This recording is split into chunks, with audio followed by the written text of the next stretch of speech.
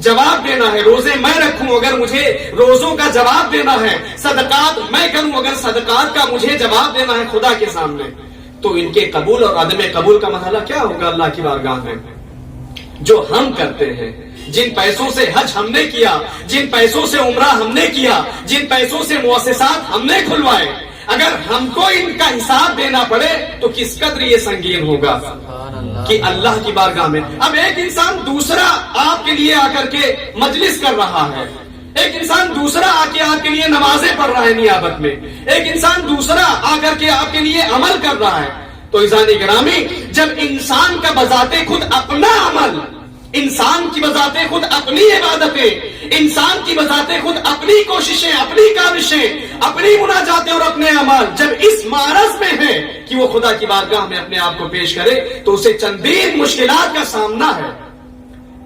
تو اگر انسان دوسروں کے لیے عمل کیے کرے اور دوسرے کے لیے عمل کیا جائے تو پھر اس عمل کا کیا نتیجہ ہوگا، اور اس عمل کے لیے کن توقعات کو اور کن حدود تک کی جا سکتی ہیں، کس حد درجہ کی جا سکتی ہے کہ یہ اعمال جو دوسروں کے لیے انجام دیے جا رہے ہیں یہ ایک ادھار ہے کہ جنہیں اخلاقی طور پر، جنہیں انسانی طور پر، جنہیں ثقافتی طور پر ہم انجام دیتے ہیں عزیزان گرامی، وہ کیا ہے؟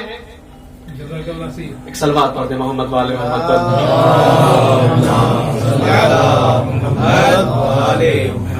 ان مجالس کے ذریعے سے، ان قرآن خوانیوں کے ذریعے سے، ان فاتحات کے ذریعے سے یہ جو مومنین کے لیے ہم اطعام کے لیے سفرہ بچھاتے ہیں، دسترخوان بچھاتے ہیں، اس کے ذریعے سے سب سے پہلا جو عمل انسان انجام دیتا ہے وہ کیا ہے؟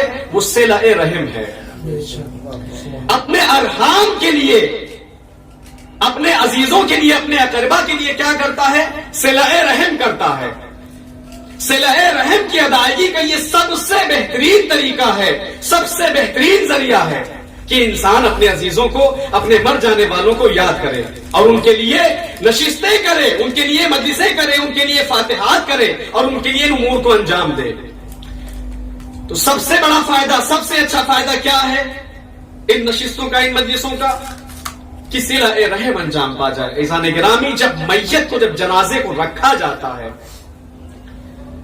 تو مومن جو عہد کرتا ہے اس جنازے پر کھڑا ہو کر کیا کرتا ہے؟ اللہم تعب بیننا و بینہم بالخیرات، پروردگار عالم ہمارے اور ان کے درمیان نیکیوں اور خیراتوں کے تسلسل کو قائم اور برقرار رکھنا، یہ عہد وفا ہے۔ عزیزان گرامی ایک مومن کے لیے اگر مجلس برگزار کرتا ہے، اس کی فاتحہ خوانی کرتا ہے، تو یہ فاتحہ خوانی، یہ مجلس برگزاری صلہ رحم اور عہد وفا ہے ایک مومن کے لیے۔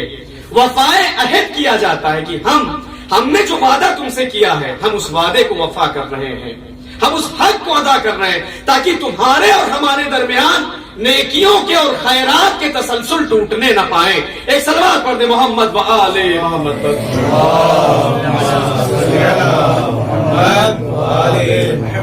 عزیزان گرامی جیسا کہ ہم نے اشارہ کیا کہ کیا دین میں بھی، شریعت میں بھی اس کی کوئی گنجائش ہے، اس کے لیے کوئی مجال ہے؟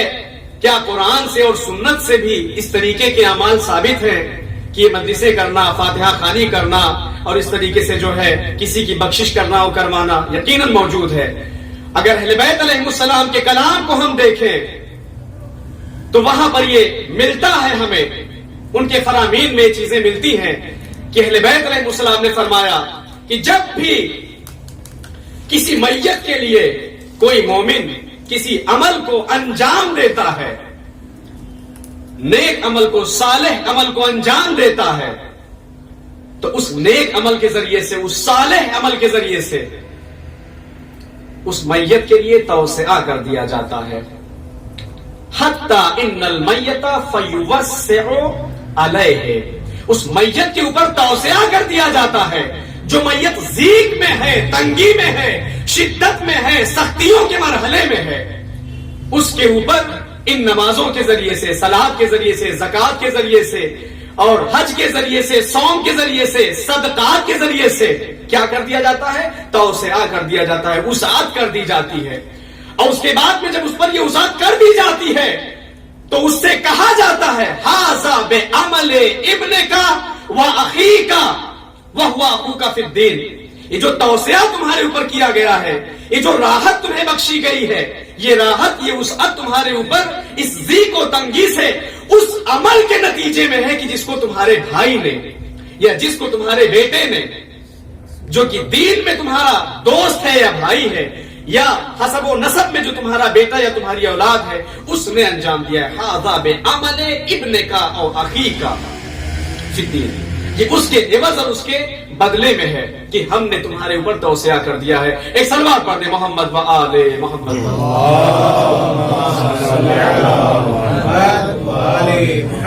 عزیزان گرامی، روایات موجود ہے. من لا حسنہ الفقی کی یہ روایت، یا خصال شیخ صدوق کی دوسری روایتیں، دیگر روایات بہت ساری ہیں کہ جن کے اندر متواتر اور مسلسل اگر دیکھا جائے تو عمل صالح کے انجام دینے کا حکم دیا گیا ہے اپنی میتوں کے لیے کہ ان کو یاد کرو خیر کے ذریعے سے، بر کے ذریعے سے، نیکیوں کے ذریعے سے، اور ان کے لیے اعمال کو انجام دو. اور یہ عزیزان گرامی اسلام کا اپنا ایک امتیاز ہے. دیگر مذاہب، دیگر فرق اور دیگر ادیان کے اندر یہ چیزیں نہیں پائی جاتی ہیں. اصلاً ان کے ہاں حیات بعد الممات کا کوئی تصور ہی نہیں ہے. لیکن اسلام میں اگر اس تصور کو رکھا گیا ہے تو یہ اسلام کا اپنا ایک امتزاج ہے، اسلام کا اپنا ایک امتیاز ہے. اسلام کی اپنی ایک خصوصیت اور اپنی ایک خوبی ہے کہ اس نے انسان کو زندگی کے علاوہ موت کے بعد بھی اس سلسلے سے یاد رکھا اور اسے فراموش نہیں کیا ہے. ایک صلوات پڑھ دے محمد و آل محمد پر.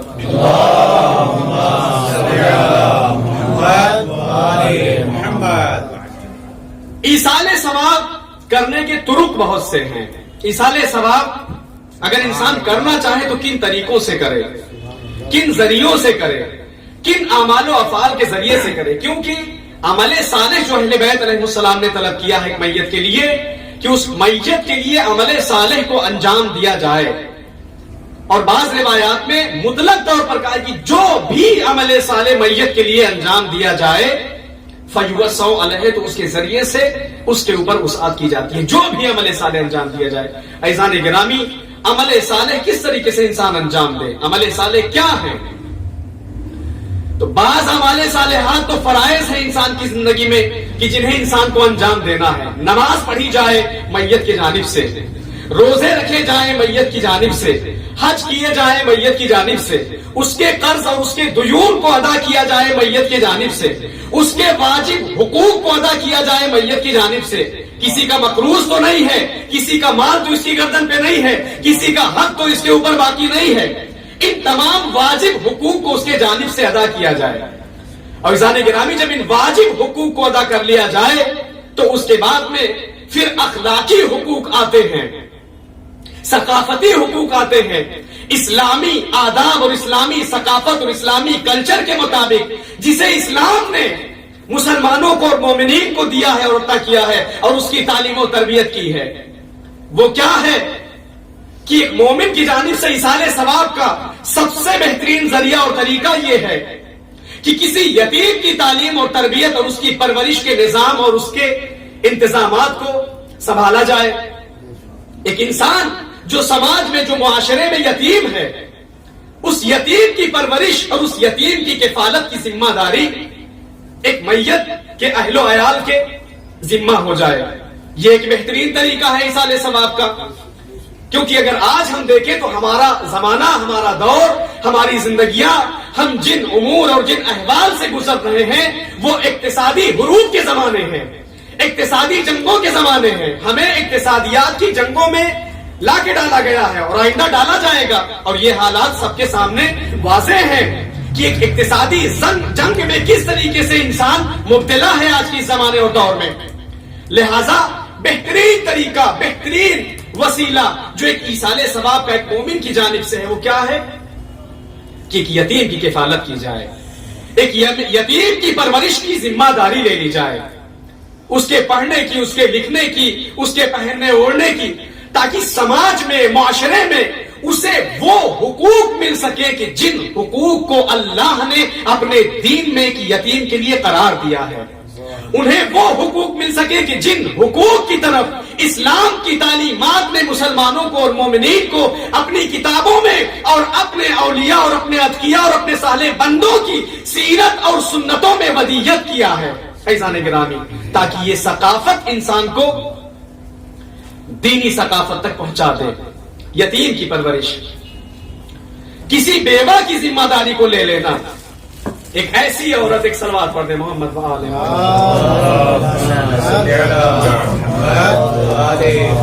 بس دو ایک باتیں ہیں، میں انشاءاللہ زیادہ حائل نہیں ہوں گا اور زیادہ سما خراشی بھی آپ کی نہیں کروں گا، کیونکہ یہ باتیں یقیناً ہو سکتا ہے کہیں آپ کے لیے مفید ہوں، اگرچہ آپ علماء اور افاضل ہیں اور میرے لیے شرف ہے، میں اس کے پہلے بھی کہہ چکا ہوں، یہ کوئی تکلفات نہیں ہے، لیکن حقیقت یہ ہے کہ ایصال ثواب جو ہم کرتے ہیں تو یہ باتیں ہم تو جانتے ہیں کیونکہ ہم نے 400 500 1,000 کی کتابیں پڑھی ہیں صفحات کی، لیکن ایک مومن اسے نہیں پتا ہے اسے کس طریقے سے کیف یدین بدین آل محمد، مومن کس طریقے سے وہ آل محمد کے دین پر چلے، وہ اپنی ذمہ داریوں کو کس طریقے سے سنبھالے۔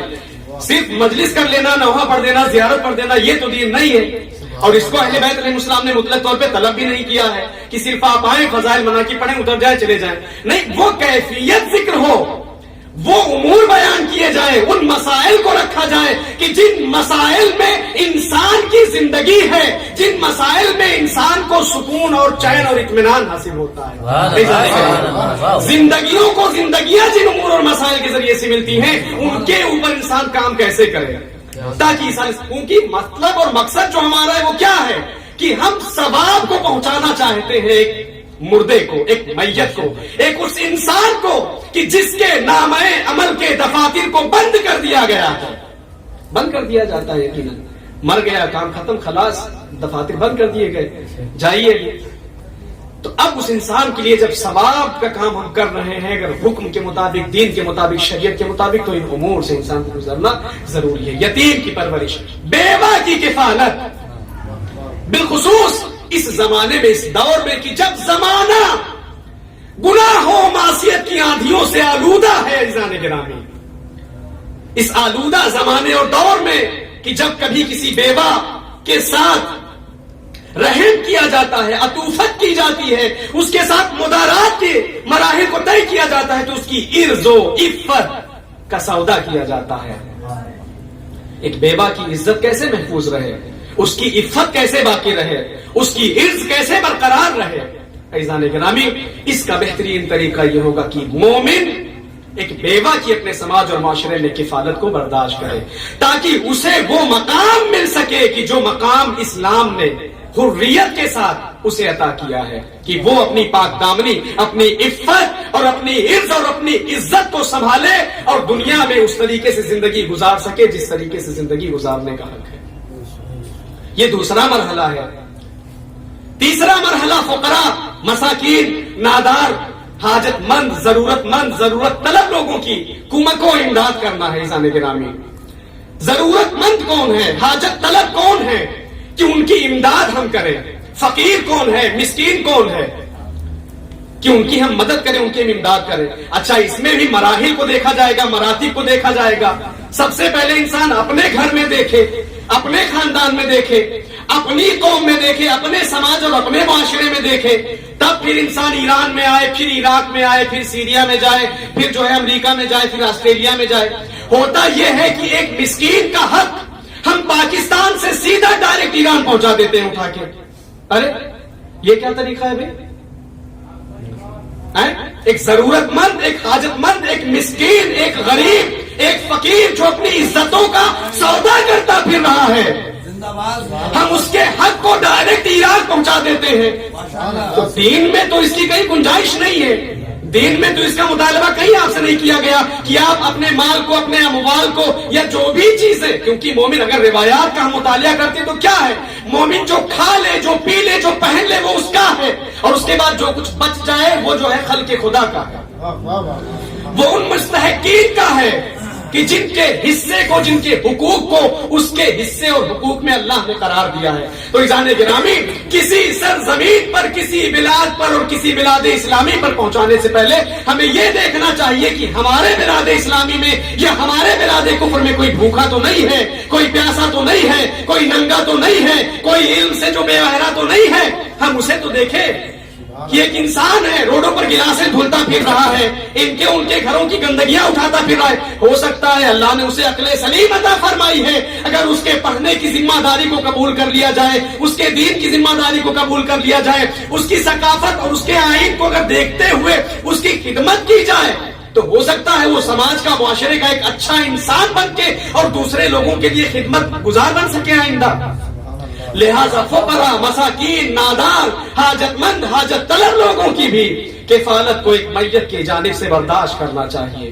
انسان کو کفیل ہونا چاہیے کہ اگر وہ اپنی میت کی طرف سے کچھ کرنا چاہتے ہیں تو وہ اس طریقے کے کام کریں، اور اس میں سب سے پہلے تقدم مراتب کا خیال رکھتے ہوئے یہ دیکھا جائے کہ میرے گھر میں، میری خاندان میں، میری قوم میں، میری ملت میں، میری نسل میں، میرے سماج و معاشرے میں کون وہ لوگ ہیں کہ جن لوگوں کی اس کی سب سے زیادہ ضرورت ہے، ہماری امداد کے طالب سب سے زیادہ کون لوگ ہیں عزیزان گرامی۔ یہ تیسرا مسئلہ تھا۔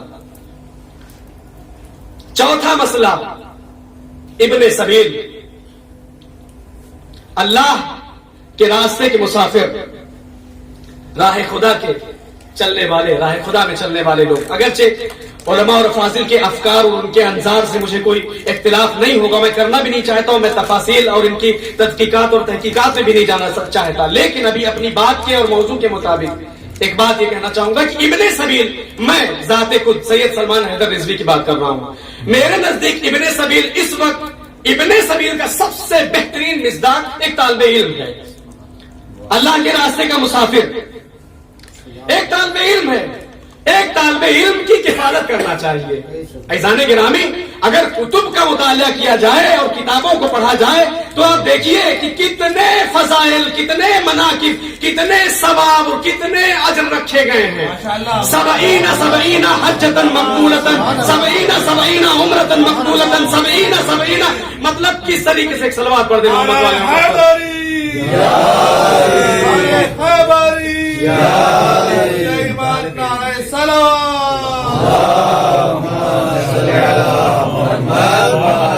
عزیزان گرامی، ابن سبیل کی کفالت، ایک طالب علم کی کفالت، آج سوشل میڈیا اور آج جو ہمارا زمانہ ہے، جو ہم گلیمر دنیا میں، گلیمر لائف میں جو زندگی، ہماری جو لائف ہے، زندگیاں ہیں، اس میں جو ہم جی رہے ہیں، یہ آج کا جو دور اور زمانہ ہے ہمارا، صلوات پڑھتے محمد والے محمد پر،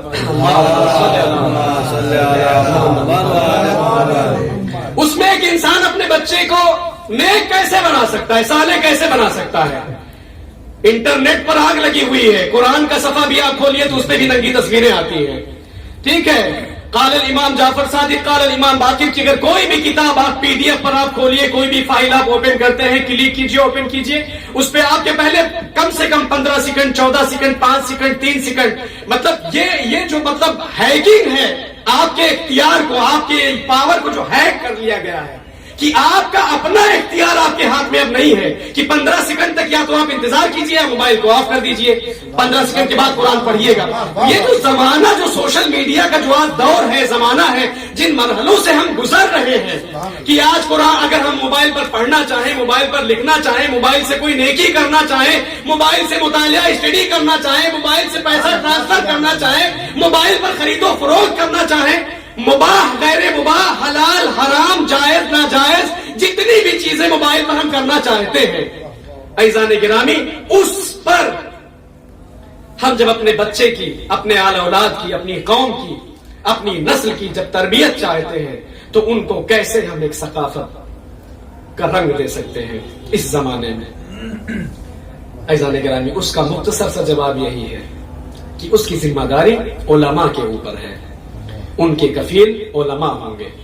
زمین پر اگر علم ختم ہو جائے، زمین سے اگر علماء ختم ہو جائیں، زمین سے اگر شرافتیں ختم ہو جائیں تو پھر عزیزان گرامی پھر وہی ہے کہ کل میت ہے انسان، پھر زمین پر چلتا پھرتا لاشوں کی طرح ہے، مرا ہوا ہے انسان۔ زندہ رہ کر کے بھی انسان مرا ہوا ہے. تو ابن سبیل کی کفالت جو جس کا فقدان آج کے زمانے میں بہت زیادہ ہے, کیونکہ میں نے ذکر کیا آپ کے سامنے کی اقتصادی حروب کے دور سے ہم گزر رہے ہیں. ایک طالب علم جس کے پاس کھانے کو کھانا نہیں ہے, پینے کو پانی نہیں ہے, پہننے کو کپڑا نہیں ہے, رہنے کو سکن نہیں ہے, اپنی بہن کی شادی کرنے کے لیے پیسے نہیں ہیں, باپ کی خدمت اور اس کے علاج کرنے کے لیے اس کے پاس مال و اموال نہیں ہے, ظاہر سی بات ہے وہ کیا قرآن پڑھے گا, ظاہر سی بات ہے وہ کیا آل محمد کا دین سیکھے گا, نہیں سیکھ سکتا ہے, کیونکہ اس کو ذہنی طور پر تو پہلے سے ڈائیورٹ ہو چکا ہے, اسے گھما دیا گیا, موڑ دیا گیا کہ تم ہٹو, یہ سب بیکار چیزیں, چلو گلاس دھلو, چلو تم کو جو ہے سائبر کیفے میں بیٹھا دیتے ہیں, چلو تمہیں جو ہے سکینوں مکینوں میں بیٹھا دیتے, یہ ساری چیزیں. تو ظاہر سی بات ہے جب اہل علم اس زمین پر ختم ہو جائیں گے, جب ان کا فقدان ہوگا, تو ایزان گرامی پھر شرافتیں اس زمین سے اٹھا لی جائیں گی, پھر نیکیاں اس زمین سے اٹھا لی جائیں گی, پھر خیرات اس زمینوں سے اٹھا لی جائیں گی. ایزان گرامی پھر یہ جتنے بھی مدارات ہیں, جتنے بھی ملاطفات ہیں, جتنے بھی دین کے احکام و ارکان آل محمد علیہ السلام کی جانب سے مطلوب ہے ایک انسان سے, ایک مومن اور مسلمان سے, ان تمام چیزوں کا فقدان ہو جائے گا. لہذا ابن سبیل ضروری ہے کہ ایک میت کی جانب سے ایک ایسے طالب علم کی کفالت کی جائے جو اللہ کے دین کو سیکھنے کے لیے آتا ہے یا آنا چاہتا ہے, تاکہ خدا کے دین کو, اس کی سنتوں کو اس کی زمین پر زندہ کیا جائے, اللہ کی زمین کو زندہ کیا جائے اس کے دین کے ذریعے سے, اس کے آئین کے ذریعے سے, اس کی ملت کے ذریعے سے, اس کی شریعت کے ذریعے سے. مگر انسان گرامی یہ کیسے ہوگا؟ ایک طالب علم, ایک ابن سبیل اللہ کے راستے میں ماں کو چھوڑ کر, باپ کو چھوڑ کر, بھائی کو چھوڑ کر, بہن کو چھوڑ کر, بیوی کو چھوڑ کر, پوری لذتوں کو, دنیا کی لذتوں کو لات مار کے ایک انسان آتا ہے تاکہ وہ دین سیکھ سکے. یتعلم عن دین اللہ, اللہ کے دین سے کچھ وہ حاصل کر سکے, کچھ سیکھ سکے. تو یہ کیسے سیکھے گا؟ یہ ہماری کفالت کے ذریعے سے سیکھے گا, یہ ہماری امداد کے ذریعے سے سیکھے گا, یہ ہماری کمک اور مدد کے ذریعے سے, ہماری مساعدت کے ذریعے سے, ہماری دستگیری کے ذریعے سے سیکھے گا. ہم دستگیر ہو جائیں ایک ایسے انسان کے لیے کہ جو کسی راستے پر تو چلنے کے لیے نکلا مگر وہ سنبھل نہیں پا رہا ہے, تو ہم دستگیر ہو جائیں, اس کے ہاتھ کو پکڑ لے اور اسے سنبھال لیں. جانے گرامی, یہ چوتھی چیز تھی. اور پانچویں چیز, اور اس کے بعد یہی آخری چیز ہوگی, اور 1 سے 2 منٹ کا مسائل بھی ہم پڑھیں گے جو کہ ہماری مجالس کا معال ہوا کرتا ہے عام طور پہ. اس کے بعد انشاءاللہ آپ کی سما خراشی اور زحمات کو میں ختم کر دوں گا. پانچویں چیز, ایسے اداروں کا قیام ہے کہ جن اداروں سے اللہ کے دین کی خدمت کی جا سکے, جن اداروں سے آل محمد کے دین کی خدمت کی جا سکے. آج آپ دیکھیے وہ برملا کھلم کھلا سوشل میڈیا کے اوپر ملین بلین ٹریلین پیسے خرچ کر رہا ہے, اور کیا کر رہا ہے؟ قوموں کو تسخیر کر رہا ہے. وہ سوشل میڈیا کا زمانہ ہے. آج کتابیں پڑھنے کا ٹائم کس کے پاس ہے؟ کتابیں پڑھنے کا ٹائم اگر ہوتا تو نجف میں کتابیں جو ہے نالوں کے کنارے تھوڑی رکھی جاتی, نالوں کے کنارے کتابیں پڑھی ہوئی ہیں. بھائی کون کتابیں پڑھ رہا ہے؟ یہ سچائی ہے, یہ درد دل بھی ہے, اس سے انکار نہیں کیا جا سکتا. آپ جا کے دیکھیں کیا کتابوں میں اینٹیں اور پتھر بھرے گئے ہیں؟ نہ جانے کیسے ہیرے, نہ جانے کیسے نگینے, نہ جانے کیسی قیمتی باتیں ان کے اندر ہوں گی. ان کے لیے پیسے خرچ کیے گئے ہیں, ان کے لیے عمریں کھپائی گئی ہیں, ان کے لیے اپنا خون جگر پلاتا ہے انسان, مگر انہیں آپ دیکھیے کہ زمینوں پر نالوں کے درمیان چھینٹ دیا گیا ہے. تو کتابوں کی کیا اہمیت ہے؟ اہمیت سوشل میڈیا کی ہے. 5 منٹ کا ویڈیو کلپ بنا کر کے ڈال دیا جاتا ہے. مہدویت پر انسان کھلم کھلا کھلے ساڑھ کی طرح بیٹھا ہوا کچھ بھی بول رہا ہے. امامت پر بول رہا ہے, امام علی پر بول رہا ہے, اہل بیت پر بول رہا ہے, دین خدا پر بول رہا ہے, شرک شرک شرک کر رہا ہے, کفر کفر کفر کر رہا ہے. ایزان گرامی, یہ کیسے ہوگا؟ یہ ان اداروں کے قیام سے ہوگا کہ جن اداروں میں اللہ کے دین کو احیا کیا جائے گا, آل محمد کے علوم کو اور ان کے دین کو احیا کیا جائے گا. اسی وجہ سے فرمایا رحم اللہ منا امرنا. تو امرنا کس طریقے سے, ان کا احیا کس طریقے سے ہے؟ احیاء امر کیا ہے؟ جب معصومین سے پوچھا گیا فرمایا ان یتعلم علومنا ویعلمہ الناس, سیکھو اور سیکھ کر کے اسے پہنچاؤ. اس کے پہلے کہ یہ دہریے اور اس کے پہلے کہ یہ کفار تمہارے بچوں کو اور تمہارے احداث کے اذہان کو کیپچر کر لیں, قابو میں کر لیں, ان پر اپنا کنٹرول اور قبضہ کر لیں. تو ان کا قیام کیسے ہوگا؟ ان اداروں کے قیام کے ذریعے سے ہوگا. دینی ادارے, قرآنی سینٹر, ایسے سینٹرز کی جس میں تفاسیر، جس میں عقائد، جس میں اہل بیت علیہ السلام کے اخلاقیات کو پڑھایا جائے، ان کو نشر کیا جائے، ان کا احیاء کیا جائے. تو عزیزان گرامی، اس کے ذریعے سے بھی جب ہم کسی دینی ادارے کا قیام کرتے ہیں، اور اس کا بھی مقصد صرف جو ہے دینی ادارے کے قیام کا مقصد صرف جو ہے نہیں کہ ہم نے پیسہ خرچہ کر دیا تو ختم ہو گیا، نہیں، بہت سارے مسائل حل ہوتے ہیں اس سے. نہ جانے کتنی لوگوں کی زندگیاں وابستہ ہو جاتی ہیں. ممکن ہے آپ نے ایک ادارہ قائم کیا، اس ادارے کو قائم کرنے کے بعد آپ نے 4 عالم کو اس میں سروس اور نوکری دے دیا، اس سے 4 عالم کی زندگی کی بھی کفالت آپ کر رہے ہیں. جو سڑک پر مارا پھر رہا ہے، جس کا کوئی پرسان حال نہیں ہے، بچے کے علاج کے لیے اس کے پاس کچھ نہیں ہے، بیوی کی دیکھ ریکھ کے لیے اس کے پاس کچھ نہیں ہے، ماں باپ کی خدمت کے لیے کچھ نہیں ہے. تو صرف دینی اداروں کے قیام، دینی سینٹرز کو کھول دینا، اس کے لیے پیسوں کو خرچ کرنا، ان کے لیے املاک اور ملکیتوں کا اسراف صرف یہ نہیں ہے کہ ایک گھر بنا دیا، ایک بنا بنا دیا اور اس کو چھوڑ دیا، نہیں، اس سے دیگر افادات بھی وابستہ اور منسلک ہیں. افادت الناس، لوگوں کو فائدہ پہنچ رہا ہے بہترین صورت اور طریقے میں. جانے گرامی، لہذا ایک میت کے لیے ایصال ثواب کا بہترین ذریعہ اور طریقہ کیا ہے کہ ہم ایسے اداروں کا قیام کریں کہ جس میں اپنے بچوں اور اپنے جوانوں اور اپنی نسل کے آمادہ لوگوں کی پرورش کر سکے اور ان کو پروان چڑھا سکے. تو یہ مراتب ہیں عزیزان گرامی کہ جن مراتب سے انسان میت کو مختصر نہیں بہت فائدے پہنچا سکتا ہے. میت کو اجر و ثواب اس کے ذریعے سے نہایت حد درجہ انسان پہنچا سکتا ہے، کیونکہ یہ وہ امور ہیں کہ جن امور سے انسان زندگیوں کو آباد کرتا ہے. بہت ساری چیزیں ہیں پیغمبر کے متعلق سلام اللہ تعالیٰ علیہ کے متعلق باتیں تھیں کہ واض و نصیحت اور یہ ساری چیزیں، تاکہ یہ گہرا نہ ہو باتیں کہ جو بھی بیٹھا ممبر پر پھر وہ واض و نصیحت میں لگ گیا. اگرچہ واض و نصیحت علماء نہیں کریں گے، عاقل نہیں کریں گے، عرفا نہیں کریں گے، حکما نہیں کریں گے تو کون کرے گا؟ ربانہ ڈھکیلنے والا تو کر نہیں سکتا.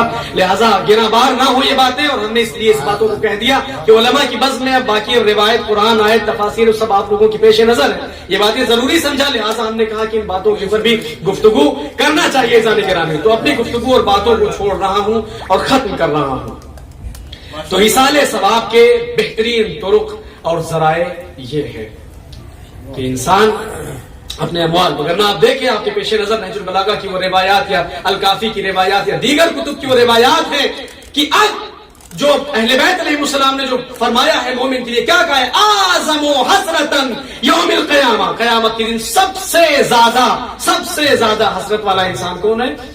وہی ہوگا کہ جن کے اموال کو ناجائز چیزوں میں، حرام چیزوں میں، فتنے فساد کی چیزوں میں صرف اور خرچ کر دیا جائے. اگر ان کے پاس کوئی ملکیت ہے، ان کے پاس کوئی پراپرٹی ہے، ان کے پاس اگر املاک ہے، ان کو خرچ کیا جا سکتا ہے تو پھر ان کو عزیزان گرامی ان امور میں صرف اور خرچ کیا جائے، تاکہ اس کے ذریعے سے یہی ہے من جو کسی ایک انسان کو زندہ کرے، ٹھیک ہے، کسی ایک مومن کو زندگی بخشے، فقط احیا الناس جمیعا والی صورتحال ہے کہ پھر وہ تمام انسانیت کو زندگی دیتا ہے. ہاں، ایک مومن اور ایک مسلمان جو مر جاتا ہے، جو اس دنیا سے چلا جاتا ہے، وہ غریب ہو جاتا ہے. مختصر 1-2 کلمے مسائل کے میں پڑھوں گا تاکہ معال مجالس حاصل ہو جائے اور آپ کی زحمتوں کو بھی تمام کروں گا. مر جانے والا انسان یقیناً بے بس ہے، بے کس ہے، لاچار ہے، غریب ہے، اور چونکہ وہ غریب ہے لہٰذا اس کو ہم یاد کرتے ہیں، اس کی غربت کو یاد کرتے ہیں. اور عزیزان گرامی یہ کہنا چاہوں گا کہ جب مومن کسی غریب کو یاد کرے اور کسی غریب کا تذکرہ کرے تو اس کے لیے سزاوار تر، مناسب تر اور لائق یہ ہے کہ وہ ایک ایسے غریب کو بھی یاد کرے کہ جسے غریب الوطن، غریب الغربا کہا جاتا ہے. ایک ایسا غریب کہ جس نے اپنے وطن کو چھوڑا، جس نے اپنے اہل و عیال کو چھوڑا، جس نے اپنے نانا کے مدینے کو چھوڑا. عزیزان گرامی، ایک غریب کہ جو ماں کا غریب ہے، غریب الام ہے، اس غریب کا تذکرہ اپنے انسان کو کرنا چاہیے. اور اس غربت کو اگر ہم دیکھنا چاہیں اور ملاحظہ کرنا چاہیں تو ارباب مقاتل نے یہ لکھا ہے کہ حسین کی غربت کا عالم یہ تھا کہ عاشور کے دن زمین کربلا پر حسین کا جسم نازنین اس طریقے سے اوریا پڑا ہوا تھا کہ اس پر کوئی چادر ڈالنے والا نہیں تھا، اس پر کوئی لباس ڈالنے والا نہیں تھا۔ کربلا کی خاکوں نے اپنے آپ سے حسین کے جسم کو ڈھانکا۔ کربلا کی دھول، کربلا کی تراب، کربلا کی مٹیوں نے کہا کہ اے مولا، اگر تیرے جسم پر کوئی چادر ڈالنے والا نہیں ہے تو ہم تیرے جسم کو اوریا نہ رہنے دیں گے۔ اجرکم اللہ، خدا کوئی غم نہ دے سوائے غم مظلوم کرب و بلا کے۔ ہاں عزیزان گرامی، کیا مصیبتیں ٹوٹ پڑی ہیں ابا عبداللہ الحسین پر، کیسی بے کسی ہے، کیسی لاچاری ہے، کیسی مظلومیت ہے حسین کی۔ تاریخ نے لکھا ہے کہ حسین کی اس غربت پر خیمہ حسینی میں حسین کے بیوی، حسین کے بچے، حسین کے اہل و عیال اس طریقے سے نالہ و فغاں کر رہے ہیں، اس طریقے سے گریہ و شور میں مصروف ہیں کہ خلائق السما لرزہ بر اندام ہے۔ ہاں عزیزان گرامی، یہ گریہ کیوں نہ ہو، حسین کو 3 دن کا بھوکا اور پیاسا زمین کربلا پر قتل کیا گیا ہے۔ تاریخ کا ایک چھوٹا سا اشارہ پڑھوں گا، اس کے بعد آپ کی زحمت کو تمام کر دوں گا۔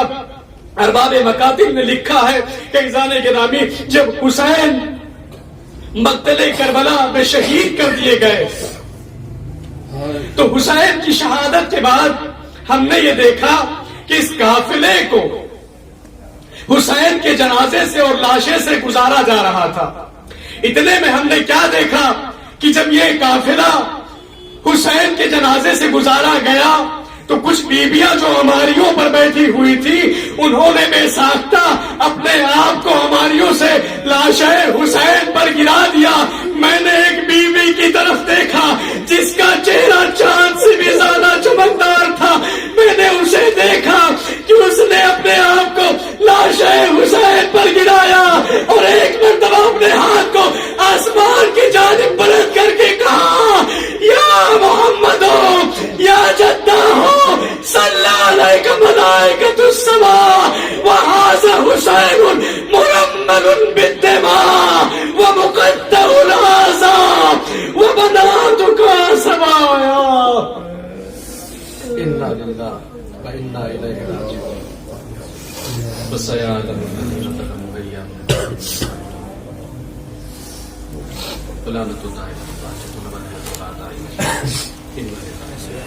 بسم اللہ الرحمن الرحیم۔